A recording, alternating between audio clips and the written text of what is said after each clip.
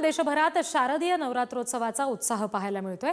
3.5 शक्तिपीठातील प्रमुख पीठ असलेल्या कोल्हापूरच्या करवीर निवासिनी श्री अंबाबाईच्या दर्शनासाठी भाविकांनी मोठी गर्दी केलेली आहे। संपूर्ण मंदिर परिसरात सध्या भक्तिमय वातावरण पाहायला मिळतंय। आमचे प्रतिनिधी शेखर पाटील या संदर्भात आणखी माहिती आपल्याला देतील, बघूया। पासून शारदीय नवरात्र उत्सवाला सुरुवात झालेली आहे आणि आज दुसरा दिवस आहे। करवीर निवासिनी आई अंबाबाई मंदिरात कालपेक्षाही आज देखील गर्दी जी आहे ती सकाळपासून मोठ्या प्रमाणात पाहायला मिळते।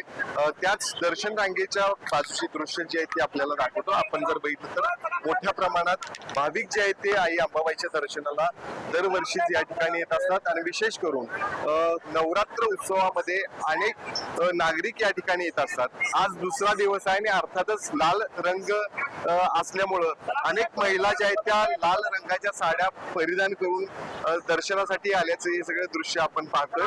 बाजूला देखील बघितले तर एक महिलांचा ग्रुप देखील आहे जो महाराष्ट्रातून विविध भागातून या ठिकाणी आई अंबाबाईच्या दर्शनासाठी येत असतात आणि आता देखील तीच परिस्थिती इथं आहे।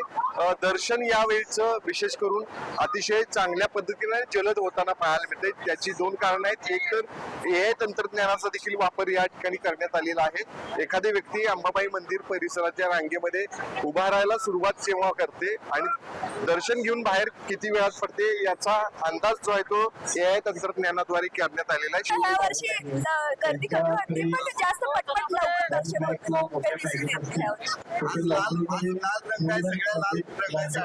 हो, त्यामुळे सगळीकडे लाल वातावरण।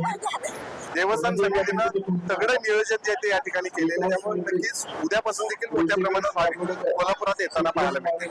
शेखर पाटील, पुढारी न्यूज, कोल्हापूर।